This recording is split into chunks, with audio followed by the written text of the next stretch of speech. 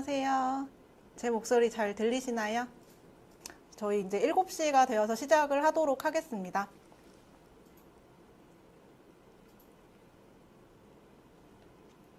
화면 보여주세요.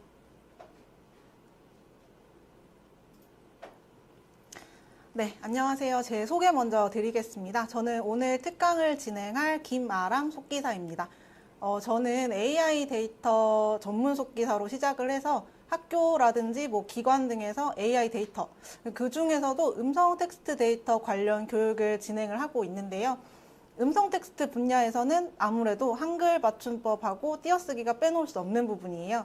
그래서 맞춤법 강의도 자주 진행을 해왔고, 그리고 오늘은 특별히 우리 예비 속기사님들을 위해서 맞춤법 특강으로 찾아뵙게 되었습니다. 저는 매 강의가 그렇지만 오늘도 최선을 다해서 전달을 드릴 테니까 여러분들도 오늘 유익한 시간 되셨으면 좋겠습니다. 실무에서는 맞춤법과 띄어쓰기가 굉장히 중요한 요소가 될 수밖에 없어요. 그렇기 때문에 한글 속기 자격증 준비뿐만 아니라 이렇게 맞춤법도 평소에 좀 미리 공부를 해 두셔야 나중에 실무에서도 빠르게 적응을 하실 수 있겠죠. 네, 그래서 첫 번째 시간입니다. 우리는 한국어 음성을 듣고 한글로 기록하는 속기사예요. 그렇다 보니까 올바른 한글 표기의 기준은 당연히 한글 맞춤법입니다. 오늘 오신 여러분들은 평소에 아무래도 우리 한국어로 이야기를 굉장히 잘 하시고 한글을 잘 읽고 쓰시잖아요. 오히려 그렇기 때문에 좀 평소에 쓰시는 표현이 맞춤법에 맞지 않더라도 내가 의심하지 않고 쓰게 돼요. 그런데 우리 표준어 규정도 변화하는 거 혹시 아시나요? 예를 들면은 저 어릴 때만 해도 사실 짜장면을 짜장면이라 하지 못하고 자장면 이렇게 써야 했거든요. 그래서 이제 방송 자막에서도 출연자는 짜장면이라고 했는데 자막에는 자장면으로 이렇게 표기가 되어 있었어요. 그래서 근데 이 부분이 2011년에 짜장면도 표준어로 인정이 됐어요. 이런 식으로 내가 알던 그런 어떤 맞는 표현이 언젠가는 틀린 표현이 될 수도 있고 반대의 경우도 있어요. 가장 최근의 예인데요. 올해 2024년 1월 10일에 발표된 내용이에요. 혹시 맞다라는 단어 아시죠? 맞다. 그간에는 이 맞다라는 단어는 동사로만 인정이 됐었어요. 그래서 이제 너의 말이 맞다라는 표현은 틀린 표현이었어요. 너의 말이 맞는다라고 고쳐 써야 했거든요. 넷플릭스 같은 그런 OTT에 나가는 자막에서도 출연자가 아 맞다 라고 말해도 자막은 아 맞는다 라고 나가야 했거든요. 근데 이 국립국어원에서는 이 맞다라는 단어를 이제 형용사 그리고 감탄사로도 인정을 하기로 발표를 했어요. 그래서 이제는 아 맞다 라고 얘기할 때는 아 맞다 이렇게 표기가 할 수 있게 된 거죠. 네, 이렇게 시대적인 변화에 따라서 표준어 그리고 맞춤법은 항상 변화를 하고 있습니다. 그래서 우리 속기사들은 맞춤법에 항상 관심을 갖고 있어야 하고, 그리고 국립국어원에서 표준어 개정 사항이 있는지도 자주 검색을 해서 알아보셔야 해요. 그리고 무엇보다 사전과 친해져야 하겠죠. 우선 한글 맞춤법의 기준은 국립국어원 표준국어대사전입니다. 그 포털 사이트에서 표준국어 대사전 이렇게 검색을 하시면 접속을 하실 수 있는데 대한민국 표준어가 등재된 국어사전이죠. 근데 저는 옆에 있는 특히 우리말샘을 추천을 드려요. 우리말샘은 국립국어원에서 만든 개방형 국어사전인데 일반 사용자들이 새로운 말을 직접 등록을 하거나 아니면 뜻풀이를 수정을 할 수 있는 그런 참여형 사전이에요. 근데 그렇다고 해서 막 무조건 등록이 되는 건 아니고 전문가의 검수 과정을 거치기 때문에 새로 생긴 말이라든지 방언, 사투리, 전문 용어 이런 것들을 검색을 하기에 좀 좋은 사이트입니다. 이 표준국어 대사전에서 검색을 했을 때 만약에 이 단어가 아직 표제어로 등록이 되어 있지 않다. 이렇다면은 우리말샘으로 링크가 연결되기 때문에 저는 처음부터 기본 사전으로 우리말샘을 사용을 하시는 것도 추천을 드리고 있습니다. 그리고 우리 가끔 올바른 띄어쓰기 이런 걸 검색을 하고 싶은데 사전에 어떻게 검색을 해야 할지도 약간 헷갈릴 때 있지 않으세요? 이럴 때는 국립국어원의 온라인 가나다에서 찾아보시면 좋은데 이미 많은 분들이 표준어 표기라든지 띄어쓰기를 질문을 해 놓았기 때문에 검색해 보셔도 되고 그리고 직접 질문을 하실 수도 있어요. 예를 들면 큰 코 다치다 이런 거 어떻게 띄어쓰는지 아세요? 큰 코 다치다. 혹시 아시는 분 채팅창에 한번 쳐주세요. 큰 코 다치다. 큰 코 다치다는 한 단어예요. 그렇기 때문에 전부 붙여서 쓰시면 됩니다. 전부 붙여서 쓰시는 분들도 몇 분 계세요. 네, 그래서 이런 식으로 좀 헷갈리는 단어들 검색을 하실 때 온라인 가나다 참고를 해주시고, 혹시 온라인 가나다보다 좀 더 빠르게 나는 답변을 받고 싶다라고 하시면 카카오톡에서 우리말 365 채널을 추가를 하시고 질문을 하실 수 있어요. 근데 제가 이걸 사용을 해보니까 챗봇처럼 진짜 정확하고 빨라가지고 저는 AI가 답변을 하나 했거든요. 근데 이게 국립국어원의 상담연구원이 직접 답변을 하고 있다고 해요. 저도 상담원분을 상당히 자주 귀찮게 하고 있습니다. 그래서 이 사전을 어떻게 활용을 해야 하는지 기본적인 활용법은 이미 다 알고 계실 것 같지만 혹시나 하는 염려로 한 번만 짚고 넘어갈게요. 화면에 지금 검색 예시 보이실까요? 예를 들어서 오늘 강사분이 너무 예뻐요 이렇게 채팅을 치고 싶은데 그 얘가 야이 얘인지 여이 얘인지 헷갈려가지고 물론 그러신 분들 없겠지만 검색을 하려고 해요. 검색창에 단어를 입력을 하면 단어의 표기, 품사, 뜻 이런 것들을 확인할 수가 있는데 예쁘다, 예뻐요 이런 거 어떻게 검색을 하시겠어요 지금? 예뻐요 라고 치고 싶은데 야이인지 여이인지 헷갈려. 어떻게 검색하시겠어요? 검색 안 하실 거예요? 이미 다 알고 있어서.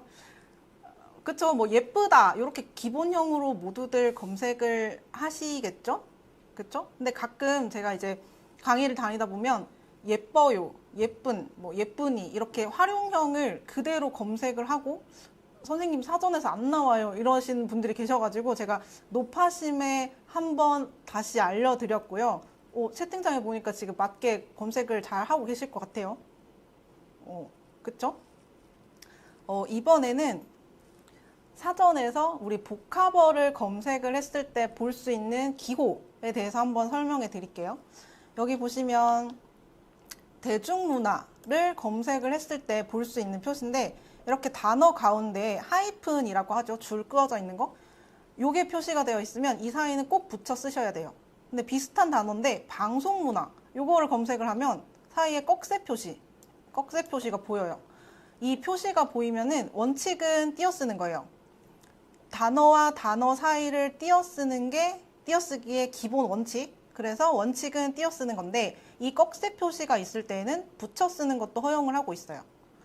여기서 팁 하나 드리자면 쉬운 구분법 알려드릴게요.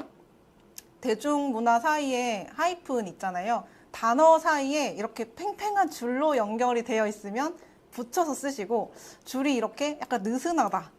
이렇게 연결이 되어 있으면 띄어서 써도 되고 붙여서 써도 된다. 이렇게 생각을 하시면 조금 더 쉬워요.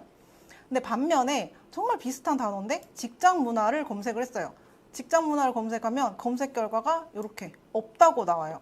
근데 그러면 직장 문화라는 표현을 쓰면 안 되나요? 그게 아니라 직장 문화라는 표현은 한 단어로 등재가 되어 있지 않아서 직장 그리고 문화 이 두 단어 사이는 당연히 띄어쓰기 원칙에 따라서 띄어쓰셔야 하는 거죠. 제가 계속 띄어쓰기 원칙이라고 말씀을 드렸는데 이 밖에도 우리가 어떤 단어들을 좀 알고 계셔야 하는지 조금 더 알아볼게요. 네, 금세 두 번째 시간입니다. 첫 번째로 제가 이제 추천드리는 사전 그리고 사전 활용법 알아봤는데요. 지금부터는 한글 맞춤법 규정 그리고 원칙들 이렇게 한번 살펴볼게요. 네, 한국어 어문 규범 안에는 한글 맞춤법 그리고 표준어 규정, 외래어 표기법, 국어의 로마자 표기법 이런 것들이 있는데 이 중에서도 오늘은 한글 맞춤법 그리고 한글 맞춤법에 포함된 띄어쓰기 규정 이렇게 위주로 살펴보려고 해요. 제가 정말 중요한 부분만 추려왔어요. 근데 그 중에서도 더 중요한 부분만 보고 넘어갈게요. 1항 한글 맞춤법은 표준어를 소리대로 적되 어법에 맞도록 함을 원칙으로 한다.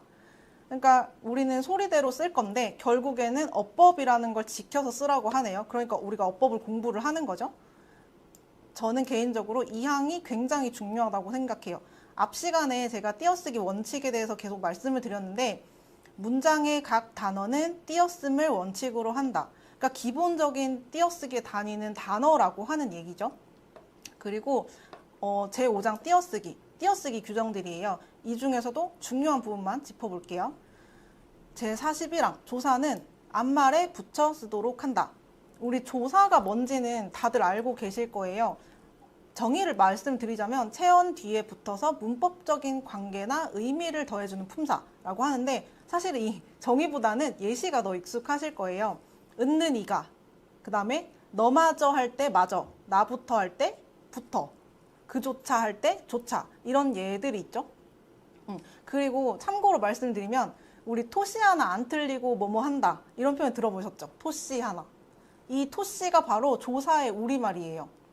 명사를 이름씨, 뭐 동사를 움직씨 이렇게 말하는 것처럼 조사를 토시라고 해요. 요거는 어디 가서 이제 아는 척하기 좀 좋은 상식이었고요. 다시 화면 보시면 제42항 의존명사는 띄어쓴다. 사실 의존명사가 뭔지 예를 들어 드리면 아는 만큼의 만큼 그리고 뭐 말하는 대로의 대로 이런 경우가 이제 의존명사인데요. 혼자 쓰이지 못하고 앞에 나오는 뭐 아는 말하는 이런 관형어의 수식을 받아야 하는 명사예요. 근데 사실 한국어 맞춤법 특히 그 중에서도 띄어쓰기 정말 어렵죠? 그쵸? 너무 어렵고 헷갈리잖아요. 근데 저는 개인적으로 이 방금 말씀드린 41항하고 42항 그러니까 의존명사하고 조사의 구분이 개인적으로는 한국어 띄어쓰기를 어렵게 느끼게 하는 요인 중에 하나가 아닐까 해요. 그래서 오늘 요거 정리를 할 거고요. 다음 제43항 단위를 나타내는 명사는 띄어쓴다. 이 부분은 정말 많이들 지켜서 쓰고 계신 것 같아요. 한 개, 한 명, 두 그릇, 뭐 명, 개, 그릇 이런 이제 단위는 다 띄어쓰고 계시죠.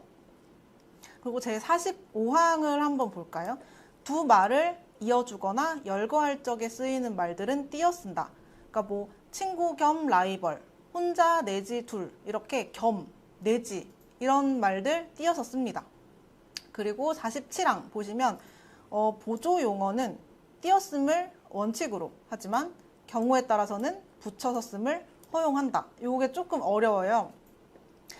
불이 꺼져 간다 할 때 이 간다, 그러니까 불이 꺼져 간다 할 때 간다가 보조 용언이에요. 꺼지다라는 다른 용언이랑 함께 쓰여가지고 뜻을 더해주고 있어요. 이런 거를 보조 용언이라고 하는데, 그러니까 우리가 중요한 거는 이게 본 용언이다, 보조 용언이다 이런 그 뜻이 아니고, 그러니까 원칙적으로는 꺼져, 뛰고 간다 이렇게 써야 해요. 근데 꺼져 간다 이렇게 붙여서 쓰는 것도 허용이 되고 있다라는 원칙. 근데 지금 중요한 거는 경우에 따라서는 허용한다고 했잖아요. 그러면 어떤 경우에 허용이 안 될까요? 혹시 아시는 분 계실까요? 보조 용어는 경우에 따라서는 붙여 쓰는 것도 허용을 한다라고 했는데 어떤 경우에 허용이 안 될까요? 이게 제가 지금 말을 하는 거랑 유튜브로 나가는 거랑 조금 딜레이가 있어서 그쵸? 제가 질문을 했는데 여러분들은 대답을 하고 싶으시지만 지금 조금 제가 늦게 보고 있는 거겠죠? 다들 김마늘님 3음절 이상 맞아요. 제가 할 얘기를 너무 미리 해주셨어요. 뭐 오늘 배운 맞춤법을 까먹어 버리지 마세요 할 때 까먹어 버리다, 까먹어가 본 용언이고 버리다가 보조 용언이에요. 이렇게 이제 본 용언이 3음절인 경우는 꼭 띄어서 써야 돼요. 맞죠? 그리고 그러면 잊어버리다 어떻게 될까요? 잊어버리다. 제가 방금 설명한 대로 잊어가 본 용언이고 일단 이음절이고 그러니까 띄어쓰는 게 원칙이고 붙여 써도 되는 그런 단어인가요? 잊어버리다? 잊어버리다? 여러분 잊어버리다는 사전에 등재된 한 단어예요. 그래서 그렇게 띄어서 쓰시면 안 돼요. 반드시 붙여서 쓰셔야 해요. 오늘 요거 끝나고 잊어버리다 요거 한번 검색해 보세요. 우리말 쌤에. 헷갈리시죠? 그렇기 때문에 앞에서 제가 말씀드린 사전들을 활용을 해가지고 헷갈리는 단어는 꼭 한번 검색을 하시고 이걸 눈으로 익혀 두셔야 돼요. 그쵸. 허용된 게 너무 많아서 힘들어요. 우리말은. 띄어쓰기 어렵죠? 근데 이제 우리는 들리는 대로 정확하게 기록해야 하는 속기사잖아요. 기록을 할 때는 띄어쓰기 규정을 지켜서 다 띄어서 잘 쓰셔야 돼요. 근데 누구도 말을 할 때 띄어서 이렇게 말을 하지는 않아요. 그쵸? 이렇게 말하지 않잖아요. 그렇기 때문에 띄어쓰기는 정말 온전히 우리의 상식에 의존하는 부분인 거예요. 그래서 이제 맞춤법 다 중요하지만 물론 띄어쓰기 부분은 평소에도 어렵게 느껴지는 만큼 오늘 조금 더 집중을 해서 보시면 좋겠죠. 이 말씀드렸다시피 띄어쓰기가 어려운 이유는 여러 가지가 있는데 저는 이제 그 중에서도 첫째, 조사와 의존명사 구분, 좀 전에 말씀드렸던 거, 그리고 둘째, 한 단어로 등재된 단어들. 지금 채팅창에서도 이 허용된 게 너무 많다 이런 말씀 하시는데 맞아요. 저는 이제 개인적으로 그 부분 때문에 힘들다고 생각을 해요. 그래서 의존명사, 조사, 어미, 접사 이 중에서 의존명사는 띄어서 써야 해요. 의존명사는 뭐 정의를 말씀을 드리면 의미가 형식적이어서 다른 말 아래에 기대어 쓰이는 명사다 이렇게 얘기를 하는데 많이 쓰는 것들을 외워두신다기보다는 눈으로 좀 익혀두시는 게 좋을 것 같아요. 할 수 있다의 수, 뭐 그럴 리 없다의 리, 그 다음에 바라는 대로, 뭐 대로, 그 다음에 원말이 이런 단위들 이런 말들이 있고, 그 다음에 조사는 우리 굉장히 잘 알잖아요. 좀 전에 말씀도 드렸고, 은는이가 을를, 그 다음에 뭐 부터까지처럼 이런 것도 조사예요. 근데 조사는 우리 앞말에 잘 붙여서 쓰고 계시죠. 어미도 잘 알고 계실 것 같은데 맛있다, 맛있으며, 맛있고 여기 뒤에 움직이는 부분, 그러니까 변하는 부분, 이게 이제 어미이고 접사는 다른 어떤 단어 앞이나 뒤에 붙어가지고 그 단어를 새로운 뜻을 주는 거예요. 새로운 단어를 만들어 주는 거예요. 그러니까 손 앞에 맨이 붙어서 맨손, 선생 뒤에 님이 붙어서 선생님. 그러니까 이것도 평소에 이제 보통은 올바르게 붙여서 쓰시는 분들이 많은 것 같아요. 근데 여기까지만 하면 좋을 텐데 이제 문제는 얘네가 똑같이 생겼을 때예요. 그러니까 지금 첫 번째로 보이는 게 수. 지금 두 문장에서 읽을 수 부분이 글자가 똑같잖아요. 읽을 수.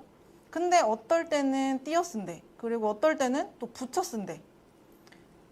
위에 있는 문장에서 책을 읽을 수가 없다. 이 문장에서는 수가 의존명사이고 아래 책은 읽을수록 재미있다. 이 문장에서는 지금 노란 표시 보이실까요? 을수록. 그러니까 을수록, 리을수록이라는 단어가 있어요. 이거 전체가 어미인데 이 부분이 한 덩어리이기 때문에 우리가 윗문장처럼 수 앞에서 여기를 띄어서 쓸 수는 없는 거죠. 또 비슷한 경우가 있어요. 뿐 보시면 첫 번째 문장처럼 의존 명사로 쓰인 경우에는 띄어서 쓰는 거예요. 그리고 똑같이 생겼지만 두 번째 문장처럼 조사로 쓰일 경우도 있어서 이거는 유의를 해주셔야 되고 뿐도 앞에 을수록처럼 을뿐더러, 리을뿐더러라는 어미로 쓰는 단어가 있습니다. 요거 이제 을하고 뿐 사이를 꼭 붙여서 써주셔야겠죠. 한 덩어리니까. 대도 의존명사 그리고 어미 이렇게 쓰이는데 지금 가는 데에서 대 요거는 장소를 나타내는 의존명사예요. 그렇기 때문에 띄어서 써야 하고 그 아래 문장 보시면 여기가 우리 고향인데 이 인데는 어미로 쓰였어요. 그래서 붙여서 씁니다. 인데 요거는 이제 다들 잘 쓰고 계실 것 같아서 저는 이제 첫 번째 문장 요런 예시를 한번 외워두시면 좋을 것 같고 이게 차이가 뜻이기 때문에 요거는 이제 맥락을 파악을 해가지고 장소를 뜻하는 곳을 대신 넣어가지고 말이 되는지 확인하는 거 요것도 한 방법이죠. 그러니까 지금 가는 곳이 어디인데 말이 되잖아요. 근데 아래는 여기가 우리 고향인 곳 경치 좋은 곳이지. 요거는 조금 이제 노래 가사 같다. 말이 안 된다. 그리고 이제 여기서 주의할 점이 또 있어요. 대는 한 단어로 쓰이는 경우가 있거든요. 굉장히 많이 쓰이는 단어인데 온데 간데 없다, 올 때 갈 때 없다. 요거 오늘 이렇게 한 단어 예문들이 좀 많은데 이거를 뭐 오늘 외워두시거나 이러실 필요는 없어요. 이거는 눈으로 익혀두시고 이런 게 한 단어가 있었던 것 같은데 하고 사전에 나중에 검색을 해보신다. 거기까지만 해도 저는 오늘 정말 성공적인 강의였다고 생각을 할게요. 다음은 요 지를 살펴보겠습니다. 그를 만난 지.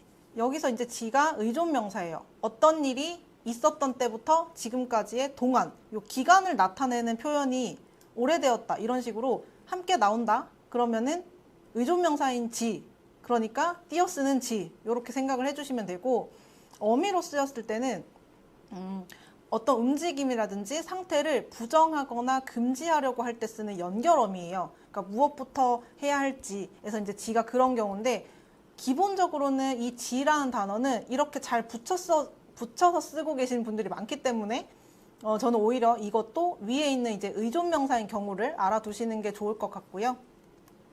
다음 이제 대로 한번 볼게요.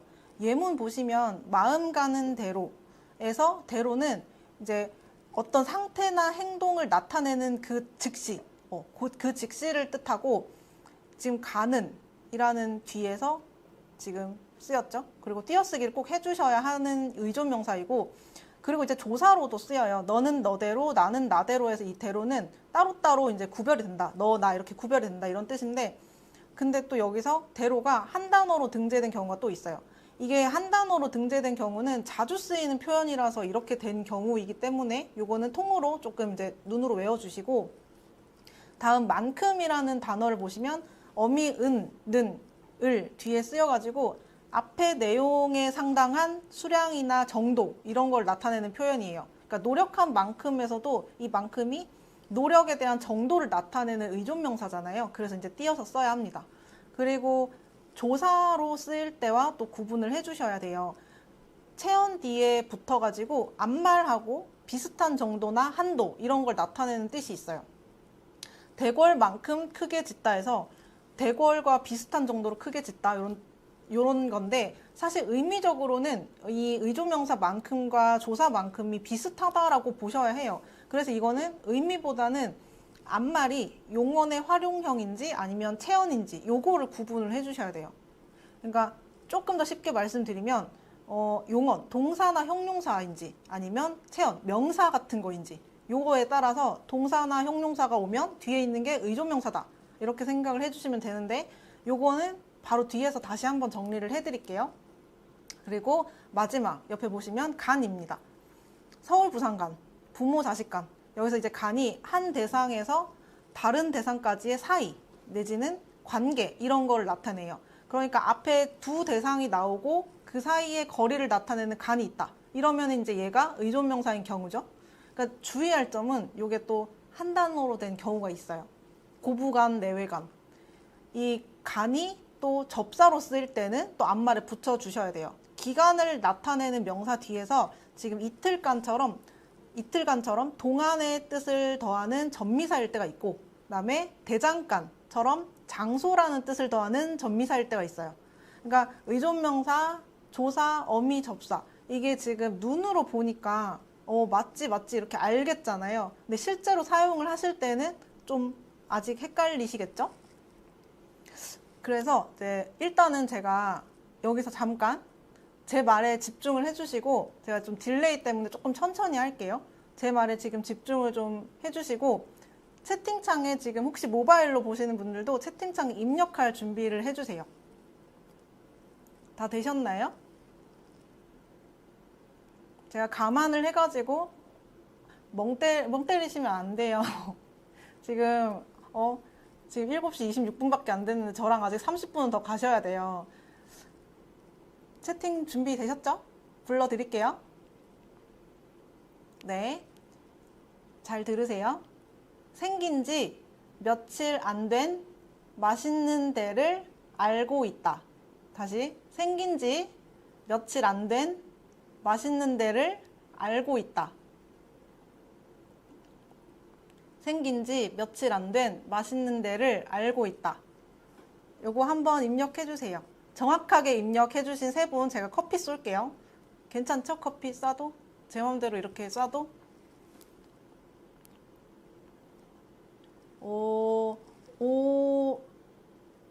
뭐야.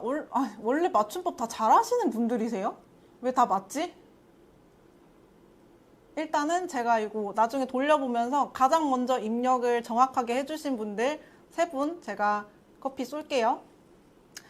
정답은 이거예요. 생긴, 띄고, 지, 띄고, 며칠, 몇일 아니에요. 며칠, 띄고, 안, 띄고, 된, 띄고, 맛있는, 띄고, 대를, 띄고, 알고, 띄고, 있다. 요거예요. 이게 생긴 지, 요게 이제 기간의 의미가 담긴 뒤에 이제 며칠, 이 뒤에 나오니까 의존명사로 쓰인 거겠죠? 그리고 그래서 이제 띄어서 쓰시고 맛있는 데를 알고 있다 할 때 이 대가 지금 장소의 의미가 있어요. 그래서 이제 의존명사예요. 띄어서 쓰시는 거고,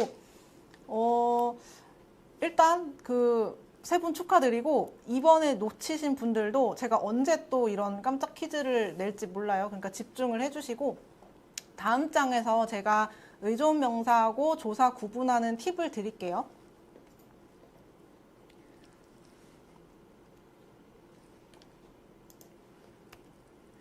네, 우선은 앞말의 받침을 한번 보세요. 생긴 게 똑같아서 헷갈리는 품사라도 이 용언의 받침, 앞말의 받침에 니은 내지는 리을이 보이면 뒷말이 만큼이든 뭐 줄이든 뭐 무슨 채든 지금 여기 예문처럼 만큼이든 줄이든 채든 적이든 다 띄어서 쓰고 있죠. 근데 반대로 니은이나 리을 받침이 붙지 않으면 띄어쓰지 않는다. 그러니까 생각, 니은 리을 받침 아니죠? 니은 리을 받침 아니에요. 그래서 이제 붙여서 쓴 거예요. 근데 이게 원리를 말씀을 드리면 조금 전에 이제 만큼 설명할 때 말씀드렸던 것처럼 앞말이 용언, 그러니까 동사나 형용사면 문장 속에서 활용이 돼요. 그러니까 배우다라는 그 단어가 있으면 배우다는 배운, 뭐 노력하다라는 단어는 노력할, 이런 식으로 받침이 니은 리을로 끝나게 돼요. 그러니까 용언 뒤에 오는 건 의존명사다, 이렇게 생각을 하시면 되고, 반대로 생각, 이런 이제 명사 뒤에 오는 건 조사나 접사인 경우가 많아서예요. 그리고 제가 변수도 많지만 이라고 말씀드렸는데, 변수라는 건 그거예요. 니은 리은 이 법칙을 활용을 할 때 뭐 사진, 역할 이런 식으로 애초에 이 명사 자체가 니은 리을 받침으로 끝나는, 요거는 조금 주의를 해주셔야 돼요. 그리고 앞에서 배웠던 을수록, 을뿐더러 이런 통으로 한 단어인 이 어미들, 요것도 조금 주의를 해주셔야 돼요. 또 한 가지 구별법을 제가 준비를 했는데, 또 한 가지는 생략해 보는 거예요. 우리 평소에 얘기할 때 조사를 생략하고 많이 얘기하거든요. 조사는 생략해도 뜻이 통해요. 예를 들면 나 너 좋아해, 그쵸? 뜻이 통하죠. 근데 의존명사는 생략을 하면 뜻이 통하지 않아요. 예문에 보시는 것처럼 지금은 갈 수 없는 곳에서 수를 빼면 지금은 갈 없는 곳, 요 말 이상하잖아요. 근데 이거 이제 속속들이 다 외우시면은 좋겠는데, 지금 채팅창에서도 주의할 게 너무 많다라고 하시는데, 근데 우리는 이 실무에 빠르게 적용을 해야 돼요. 그래서 이제 틈나면 국어 공부를 하더라도 이런 뭐 니은 리을 받침 구분법이라든지 조사나 의존명사 떼보는 거, 이런 것들은 좀 응급 구분법이라고 생각을 해주시면 좋을 것 같아요. 이것만 기억하고 계시진 마시고. 다음 우리 회의록이나 녹취록 같은 경우에는 그 이름이나 호칭어가 되게 많이 나오잖아요. 첫 번째 보시면 성이름, 요거는 보통은 다 맞게 붙여 쓰시는 것 같아요. 김철수, 황보석 뭐 이런 식으로. 근데 다큐멘터리나 드라마 뭐 자막 업무를 하게 되면 역사 속 인물들의 호 같은 게 많이 나와요. 근데 성하고 호는 이런 식으로 붙여서 씁니다. 이충무공 이렇게 붙여서 쓰시는데, 옆으로 잠깐 넘어가 볼게요. 호가 성명 앞에 있는 경우가 있어요. 이충무공 말고 충무공 이순신이라고 하는 경우가 있잖아요. 이 경우는 호랑 이름 사이를 띄어서 써주세요. 율곡 띄고 이, 이런 식으로. 그리고 다시 돌아와서 성과 관직명이 예시 보시면 양귀비, 장기빈 이런 식으로 애초에 얘네가 붙어가지고 고유명사처럼 쓰이는 경우가 있어요. 이건 또 붙여서 쓰셔야 되고, 호칭하고 관직명 한번 보시면 보통 제가 봤을 때는 김철수 장관 이렇게는 이제 다들 띄어서 쓰실 것 같아요. 근데 김 박사, 김 작가, 김 사장 이거를 이제 붙여서 잘못 쓰시는 분들이 많은 것 같아서, 요거는 혹시나 모르셨다면 오늘 요거를 알아두시면 좋겠죠? 머리 터질 것 같아요. 죄송해요. 이거 제가 만든 규칙들이 아닌데 저도 공부할 때 힘들었거든요. 근데 일단은 제가 오늘 이거를 다 설명을 드리지만 이걸 오늘 다 외워야겠다 이렇게 접근을 하시면 안 돼요. 이거는 오늘 이런 경우가 있던데 한번 검색해볼까? 여기까지만 해도 성공적인 시간. 이렇게 저는 말씀을 드리고, 다시 이제 화면으로 돌아와서 대왕, 명왕, 여왕 이런 거는 띄어쓰는 게 원칙이에요. 근데 붙여 쓰는 것도 허용이에요. 그럼 우리는 띄어 쓰는 거, 붙여 쓰는 거 뭐 신경 안 쓰고 있어도 되는데, 이제 문제는 왕이라는 단어예요. 왕은 무조건 붙여 쓴다는 거, 요거는 기억을 해주시고, 다음 이제 또 많이 나오는 표현이에요. 무슨 무슨 형, 무슨 무슨 군, 무슨 무슨 양, 뭐 요 군, 양 요런 거는 조금 잘 안 써도 김형, 김군 뭐 이런 거 좀 많이 쓰잖아요. 이거는 앞에 성이 오든지 이름이 오든지 항상 띄어서 쓰셔야 해요. 지금 김영수 군, 김아람 양 이런 식으로 다 이제 띄어서 쓰셔야 되고, 가 요거 이제 김가, 이가, 뭐 박가 요거 할 때 가는 붙여서 써요.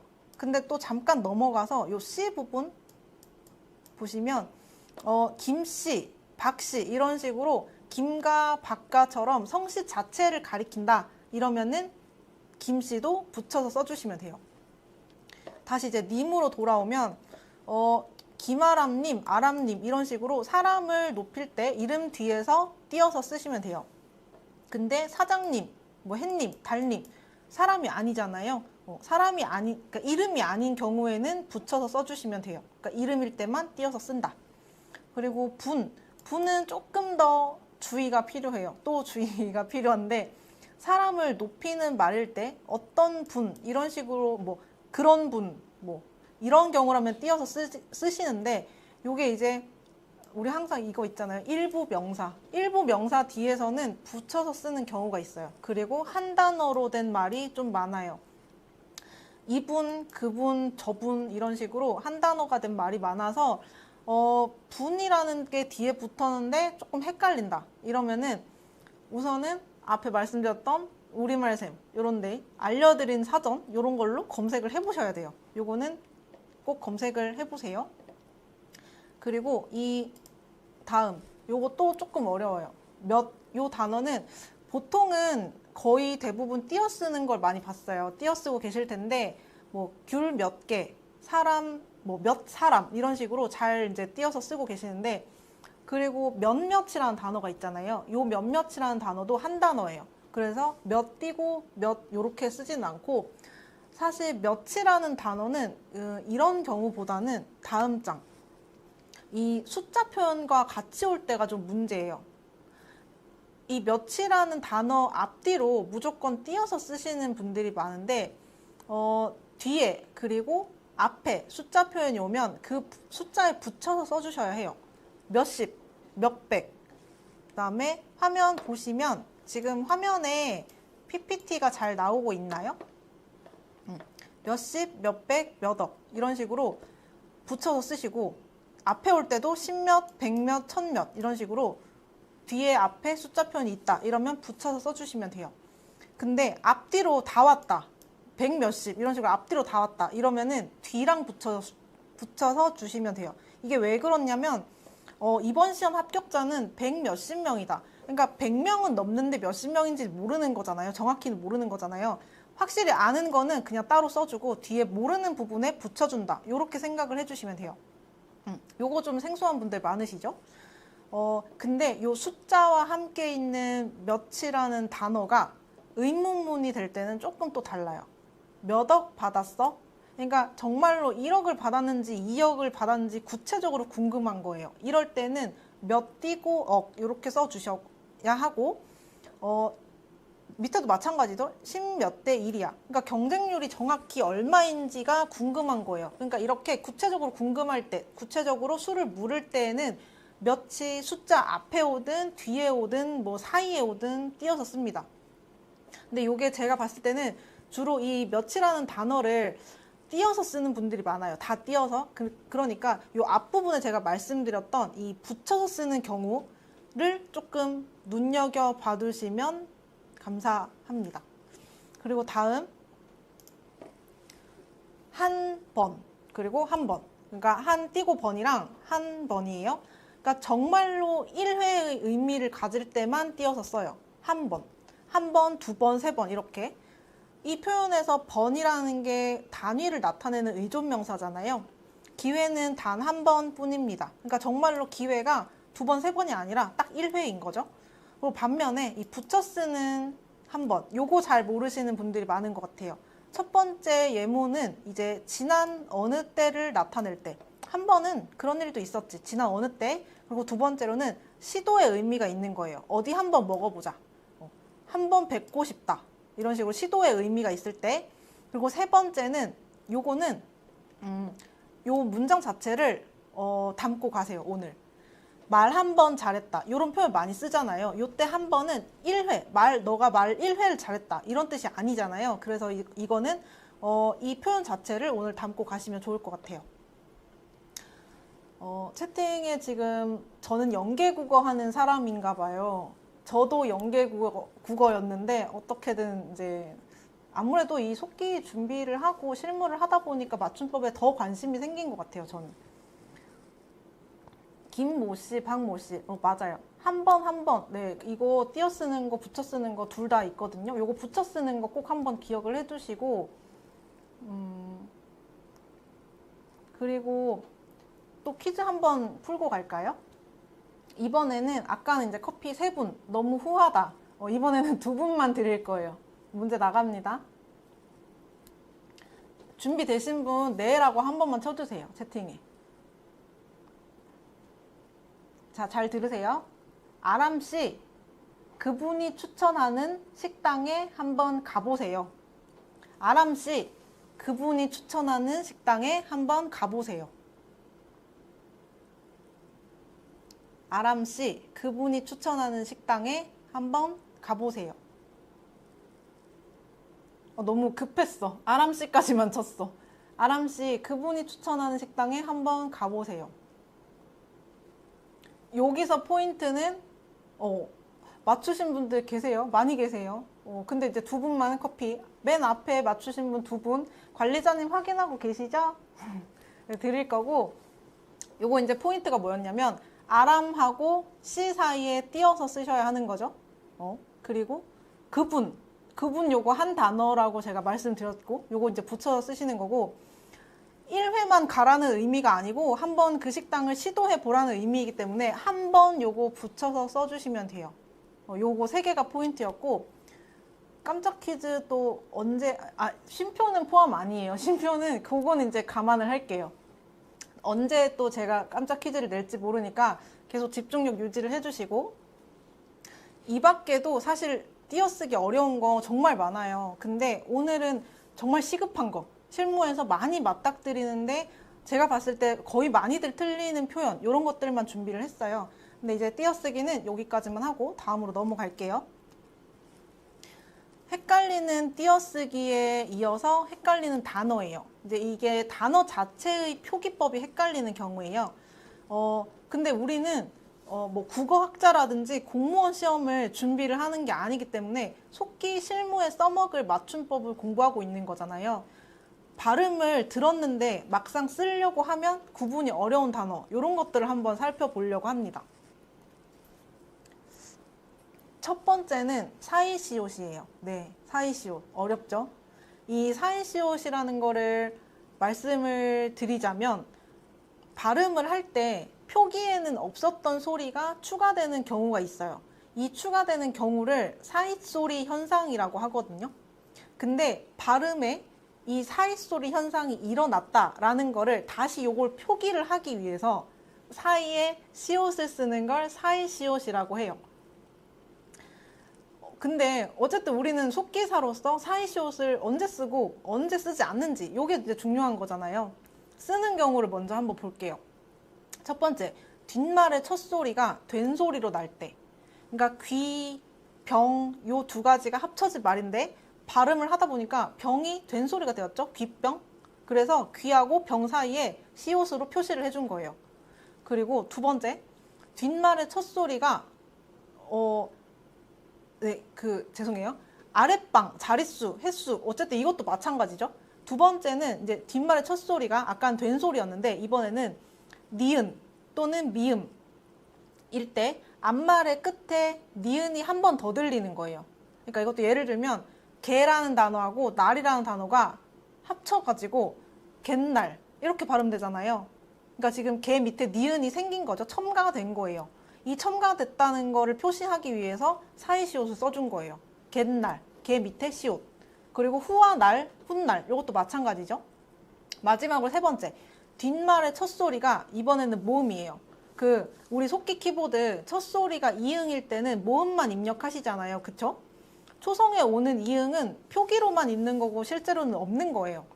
그러니까 이렇게 모음으로 시작하는 말을 발음을 할 때 니은이 추가가 돼버리는 거예요. 훗날하고 위에 훗날하고 비슷한 훗일 보시면 후하고 일이 합쳐져서 훗일 이렇게 발음이 되는 거예요. 그래서 후와 일 사이에 사이시옷을 써서 표시를 해준다. 근데 이게 사이시옷을 쓰려면 조건이 있어요. 두 단어가 합쳐진 합성명사일 때, 그리고 그 두 단어 중에 하나라도 순우리말일 때, 이 경우에만 쓸 수 있어요. 그러니까 한자어 더하기 한자어다. 이 경우에는 사이시옷을 쓰면 안 돼요. 근데 여기서 굉장히 유명한 예외가 있죠. 6개. 요거 학교 다닐 때 정말 많이 외우셨죠? 곳간, 착간, 퇴간, 새빵, 숫자, 횟수. 요거는 무조건 외우셔야 돼요. 이거는 뭐 어떻게 제가 쉽게 알려드릴 방법이 없고, 요 6개는 예외이기 때문에 외우셔야 되고, 보시면 고하고 간, 차하고 간, 이게 다 한자어 더하기 한자어인데 요것들은 사이시옷을 쓴다는 거. 외우시거나 아니면은 나올 때마다 헷갈린다. 횟수 어떻게 쓰더라? 회수인가? 회 밑에 시옷이 있나? 그냥 사전에 다시금 검색을 하시는 것밖에는 방법이 없어요. 그리고 마지막으로 하나, 사이시옷은 발음의 첨가 현상이 일어났을 때만 쓰는 거예요. 니은이 덧난다든지 된소리가 된다든지 뭐 한번 이응밖에 없었는데 니은이 생겼다든지 이런 식으로 뭔가 첨가가 돼야 되는데, 뒷말의 첫 소리가 원래부터 된소리, 원래부터 거센 소리, 이런 경우에는 쓰지 않습니다. 드디어 사이시옷을 벗어났네요. 그리고 이제 불다, 붙다, 붙다. 요거 구분 좀 어렵죠. 이거 잘못 쓰시는 분들이 굉장히 많은데, 요거 세 단어는 의미로 구분을 하셔야 돼요. 우선 불다, 첫 번째 불다는 바람이 움직이는 의미예요. 입으로 후 불다, 뭐 바람이 불다 이렇게 쓰는데, 그 세 번째 예문 보시면 영어 회화 바람이 불다 이럴 때에도 이것도 이제 표현적으로는 비슷하다 이런 거는 알고 계실 거예요. 이 불다라는 단어는 활용이 되면 불어, 부니 이렇게 활용이 돼요. 그러니까 바람이 부니, 그러니까 바람이 부르니가 아니고 바람이 부니 이렇게 써야 맞는 표현이겠죠. 그리고 두 번째 붓다, 요거는 피부가 부풀어 오르다, 그러니까 눈이 붓다. 액체나 가루를 다른 곳에 담다. 예문 보시면 밀가루를 붓다. 돈을 일정 기간마다 내다. 뭐 적금을 붓다. 이런 의미가 있어요. 활용은 요거는 부어, 부으니, 붓는 요렇게 돼요. 그러니까 눈이 불어가 아니라 눈이 부어 이렇게 쓰시죠. 근데 요거는 많이 잘못 쓰세요. 밀가루를 부어서가 아니고 부어서예요. 밀가루를 부어서, 전을 붙인다 할 때 밀가루를 부어서. 그리고 세 번째 붓다는 요 앞에 두 번째 붓다하고 세 번째 붓다, 요게 이제 특히 많이 헷갈리시는 것 같아요. 세 번째 붓다는 물에 젖어서 부피가 커지다. 그러니까 오래되어 부른 국수 이런 식으로. 그 다음에 이 단어가 활용이 이제 불어, 부르니, 붓는 이렇게 되거든요. 그러니까 개울물이 붓는 동안이 아니고 물이 붓는 동안 이렇게 많이 쓰시잖아요. 물이 붓는 동안이 아니고 물이 붓는 동안, 부 밑에 디귿, 붓는 동안 이렇게 쓰셔야겠죠. 요거 좀 주의를 해주시고, 체중이 붓기 쉽다 요거도 잘못 많이들 쓰고 계세요. 체중이 불기 쉽다 이렇게 쓰시거든요. 근데 붓다 활용은 이렇게 된다는 거. 다음 부딪히다, 부딪히다거든요. 요것도 굉장히 맥락에 따라서 좀 주의를 해서 써주셔야 해요. 제가 발음을 부딪히다, 부딪히다 이런 식으로 약간 이상하게 하면 이게 발음으로 들어서 구분이 되는 것 같은데, 원래는 발음으로 구분이 안 되는 거거든요. 그러니까 뜻을 보시는데 능동적인 의미, 그러니까 행위의 주체가 동작을 일으키거나 아니면 동작에 참여할 때, 그러니까 이제 직접 한 거죠. 이럴 때는 부딪히다로 써주셔야 하고, 예문을 보시면 파도가 바위에 부딪혔다. 그러니까 파도라는 주체가 와서 직접 바위에 이렇게 부딪힌 거예요. 그리고 한눈을 팔다가 전봇대에 머리를 부딪혔다. 전봇대는 가만히 있었어요. 내가 가서 한눈을 팔다가 내가 가서 부딪힌 거죠. 그렇기 때문에 치읓 써주시면 되고, 아래 예문 두 개는 지금 서로 움직인 거예요. 자전거가 빗길에 자동차와 서로 부딪히고, 그다음에 지나가는 사람과 서로 부딪힌 건데, 이렇게 양쪽 다 움직일 때 또 주체가 동작에 참여를 한 거죠. 그렇기 때문에 부딪히다, 이렇게 능동의 의미를 담아서 써주시고, 부딪히다는 이제 피동의 의미가 있어요. 요거는 주체의 의지랑은 상관없어요. 외부에서 와서 부딪는 상황인 거죠. 예문을 보시면 정박해 있던 배가, 그러니까 배는 가만히 있었어요. 근데 세찬 파도가 온 거죠. 외부로부터 온 거예요. 그리고 두 번째 예문, 배가 파도에 쓸려온 빙산에 부딪혀. 이것도 배도 가만히 있었어요. 근데 빙산이 파도에 쓸려와서 배한테 이렇게 박은 거죠. 지나가는 행인에게 부딪혀. 그러니까 주로 이렇게 앞에 뭐뭐에게 라는 표현이 있으면 부딪히다, 요렇게 쓴다, 요렇게 생각을 하시면 조금 더 쉬워요. 그 다음에 이로 끝나는 말, 히로 끝나는 말, 요것도 헷갈려요. 정말 저는 아직까지도 좀 헷갈리는 단어가 있거든요. 그러니까 맞춤법 규정으로는 이로 소리 나면 이로 적고, 히로만 나거나 아니면 이, 히 둘 다 소리가 나면 히로 적는다, 이렇게 되어 있어요. 맞춤법 규정에는. 정말 헷갈리죠. 그러니까 첫 번째로는 뭐뭐 하다, 이런 식으로 뒤에 하다가 붙을 수 있으면 히를 쓴다, 이렇게 생각을 해주시면 돼요. 솔직하다, 꼼꼼하다, 그러니까 솔직히, 꼼꼼히, 이런 경우고. 두 번째, 근데 위에 거 방금 말씀드린 거에 대한 예외예요. 그러니까 깨끗하다처럼, 깨끗하다는 이제 이로 붙이면 깨끗이거든요. 그러니까 말하자면 깨끗이에요. 근데 하다로 이어지는데 어간 깨끗, 여기가 끝소리나, 그러니까 끝소리가 기역이나 시옷일 때는 이를 붙여요. 그러니까 지금 깨끗 밑에 끝소리가 시옷이잖아요. 그렇기 때문에 이를 붙여요. 그래서 깨끗히가 아니고 깨끗이인 거죠. 그리고 세 번째, 112. 이것처럼 같은 단어가 반복되는 경우, 내지는 비슷하게 반복되는 경우, 요것도 이를 붙여요. 겹겹이, 틈틈이, 요거. 그다음에 옆에 보시면 이로 끝나는 단어, 그리고 히로 끝나는 단어 준비를 했는데, 이 중에서 지금 날카로이 보이시나요? 요게 비읍 불규칙 형용사의 어간인 경우에도 이를 쓴다는 규칙이 있거든요. 어떤 거냐면, 요거는 이제 뭐 비읍 불규칙 형용사, 이게 중요한 게 아니에요. 날카롭다, 새롭다, 어지럽다, 자유롭다, 요거를 날카로이, 새로이, 어지러이, 자유로이, 요것도 이제 자료에는 없지만 요거 한번 알아두시면 좋아요. 더 좋은 방법 제가 알려드릴까요? 요거 완벽하게 하실 수 있는 방법? 헷갈릴 때마다 틈틈이인지 틈틈히인지 사전에 검색을 해서 익혀두시면 돼요. 틀린 표현으로 검색을 하면 우리가 검색 결과가 안 나오거든요. 그렇기 때문에 정말 한번 직접 검색해서, 거기 이제 사전에 보면 예문이 굉장히 잘 나와 있어요. 그래서 예문도 같이 보고 이렇게 하는 게 굉장히 도움이 돼요. 제가 사전 질문 리스트를 쭉 보니까 맞춤법 공부 어떻게 해요? 뭐 좀 좋은 팁 알려주세요. 팁은 그냥 내가 낯선 거 봤다, 사전에 한번 검색한다, 내 손으로 직접 검색하는 게 제일 빨리 익히는 방법이에요. 그리고 뜻만 보는 게 아니라 우리는 예문을 봐야 돼요. 사전에 검색하고 예문 보기. 그래서 이제 우리가 사전과는 꼭 친해져야 한다는 거를 다시 한번 당부를 드리고요. 또 이제 제가 말을 많이 했는데 조금 이제 쉬어가는 겸 해서 퀴즈 또 2분 드릴까요? 2분? 관리자님, 근데 저 이렇게 막 커피 막 이렇게 해도 돼요?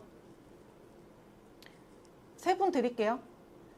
채팅을 입력할 준비가 되셨으면은 한 분이라도 네라고 말씀해 주시면 제가 문제를 불러드릴게요. 오 말고 네. 잘 들으세요. 일일이 손으로 찢은 소고기국. 일일이 손으로 찢은 소고기국. 아, 배고프다. 맞죠? 배고프다. 저녁 다들 드시고 오셨나요? 일일이 찢은 소고기국. 일일이 손으로 찢은 소고기국. 일일이 손으로 찢은. 제가 너무 설명을 잘했나 봐요. 다들 너무 빨리 맞추시네요.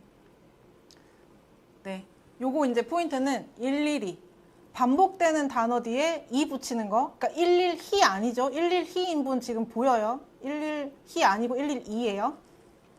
그리고 소고기국.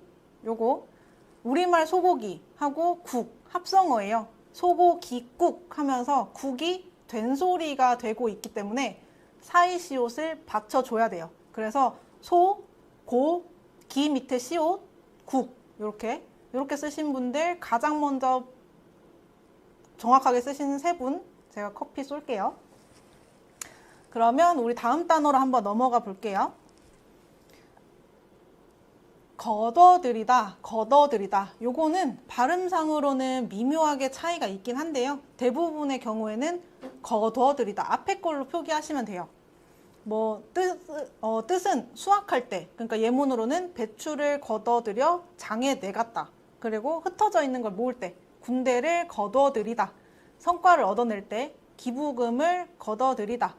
그리고 관심을 걷어들이다. 뭐 이런 뜻일 때 걷어들이다. 이렇게 앞에 걸로 표기를 보통 하시면 되는데 사실 이 뒤에 있는 걷어들이다는 잘못된 표현이에요. 걷어들다라는 단어는 있는데 요거는 정말로 손으로 뭔가를 걷어서 들다 이런 뜻이거든요. 그래서 이런 표현을 할 때는 잘 없어요. 그렇기 때문에 대부분 내가 좀 헷갈린다. 앞에 걸로 걷어들이다 이렇게 표기를 하시면 됩니다. 다음 아이메다 어이메다 요거 가끔 쓰려고 보면 조금 헷갈릴 때가 있어요. 잘못 쓰실 때가 많아요. 뜻은 보시면은 뭔가를 어깨에 걸치거나 책임을 질 때, 요때는 어이메다를 쓰시고 뭔가 묶는 의미가 있다. 이럴 때는 아이메다를 쓰시면 돼요. 근데 요거 조금 장난 같기는 한데 어이메다 글자 잘 보시면 화면에 잘 보시면 매 이렇게 생겼잖아요. 죄송해요. 글씨를 못 써가지고 글자 잘 보시면 요 어깨에 가방을 메고 있는 것 같이 보이지 않아요? 가방끈 모양 있잖아요. 여기 어깨끈에. 저는 가끔 헷갈릴 때 이렇게 좀 구분을 했어요. 좀 웃기지만 이런 방법도 있다는 거 말씀을 드리고 오른쪽에 보시면 앞에 목이라는 단어 요 표현이 붙을 때도 어이메다, 아이메다 요 두 가지가 다 쓰여요. 떠나지 못할 관계에 있을 때 뭐 예를 들면 속기 연습에 목을 매다 할 때 아이메다를 쓰신대요. 다들 목 메고 계시죠? 다들 속기 연습에 목을 메고 계시죠?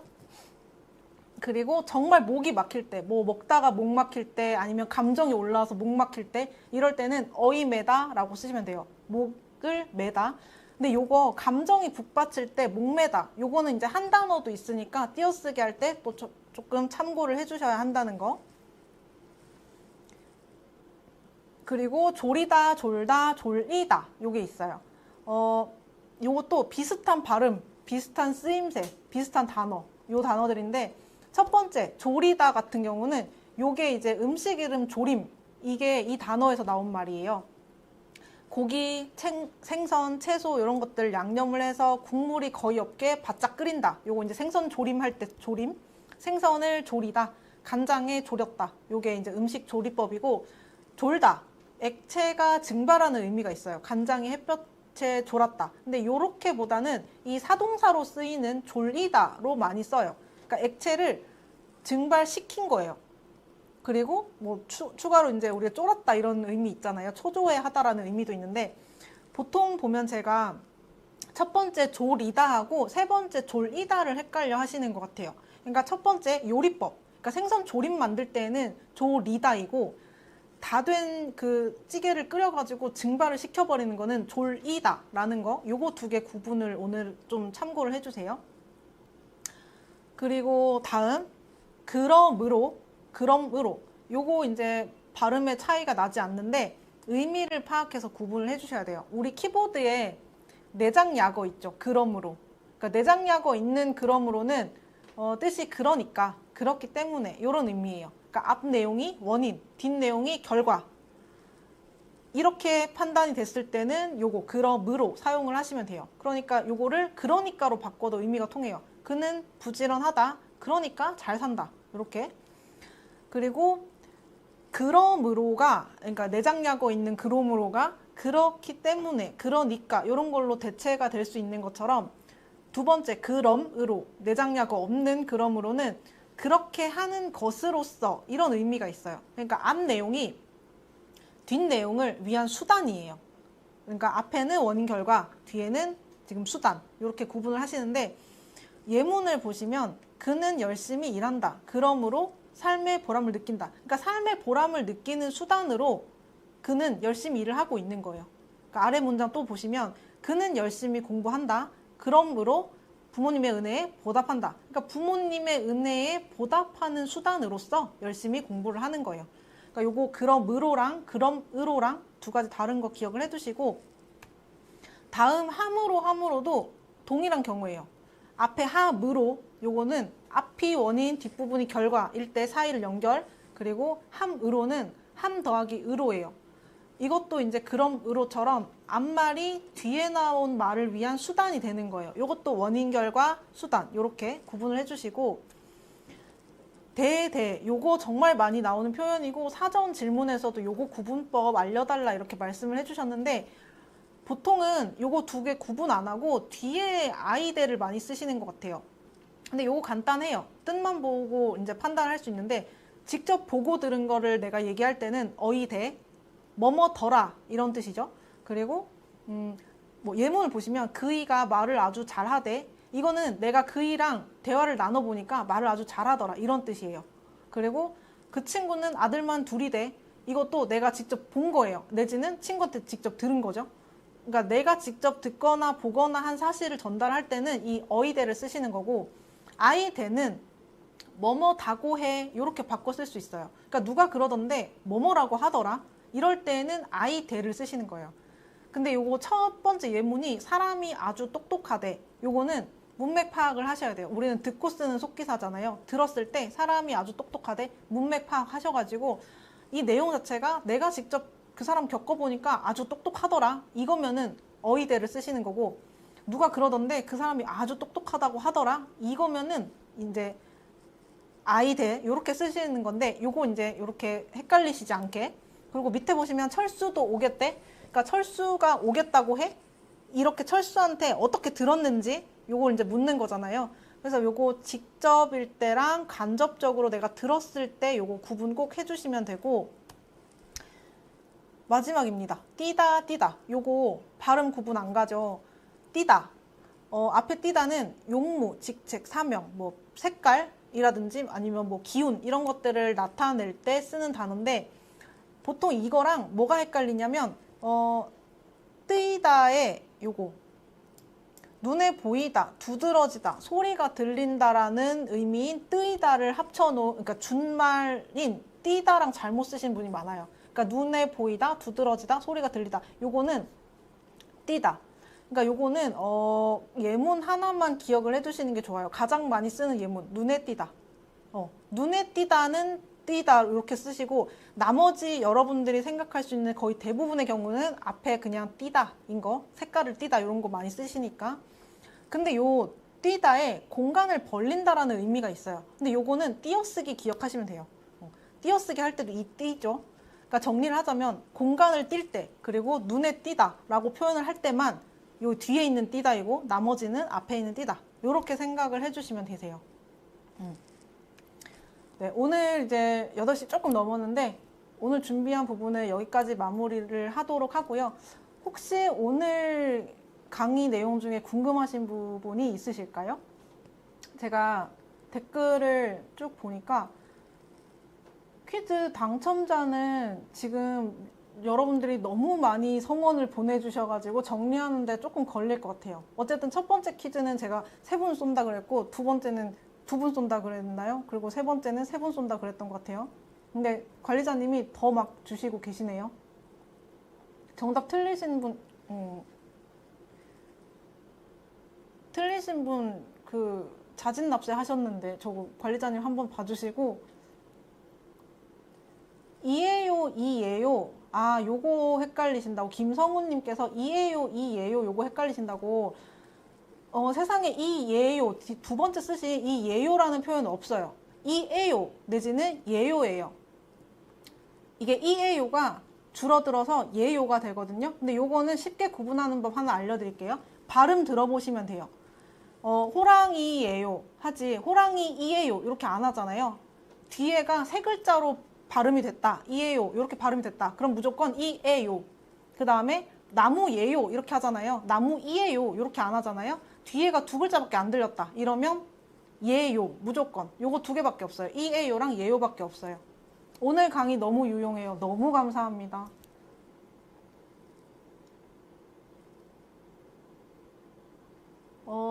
만원, 억원, 천원, 돈 단위 띄어쓰기. 지금 이거 돈 단위 띄어쓰기가 문제가 아니라 이 원이라는 요게 단위잖아요. 단위 무조건 띄어쓰시면 돼요. 지금 만원, 억원 잘 쓰셨어요. 천 띄고 원 이렇게 쓰셔야 돼요.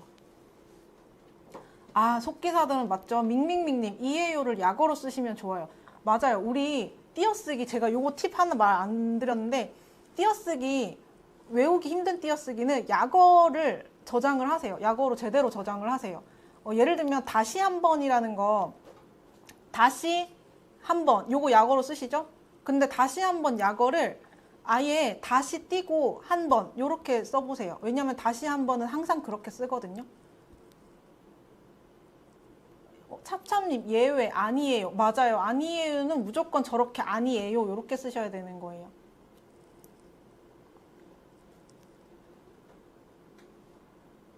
내장야구 잘 되어 있어요? 전 제가 잘 해가지고 바꾼 줄 알았는데. 오늘 제가 너무나 설명을 잘했나 봐요. 띄어쓰기, 뭐 맞춤법 이런 거 질문이 별로 없으신데 에디안 351님 국제사회는 띄어쓰는 게 옳은 건가요? 솔직히 말씀드릴까요? 제가 국제사회 띄어쓰기를 몰라요. 모르겠어요. 이런 경우에 검색해 보셔야 돼요. 검색했을 때 국제하고 사회 사이에 이제 하이픈이 있다 이러면은 꼭 붙여 써야 되는 거고, 만약에 뭐 안 나온다 이러면은 두 단어예요. 근데 제가 봤을 때는 아마 사이에 꺽쇠가 있을 것 같네요.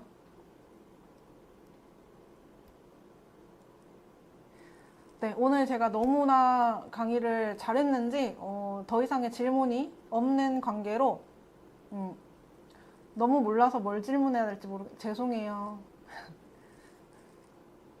전 세계는 붙여 쓰나요, 띄어 쓰나요?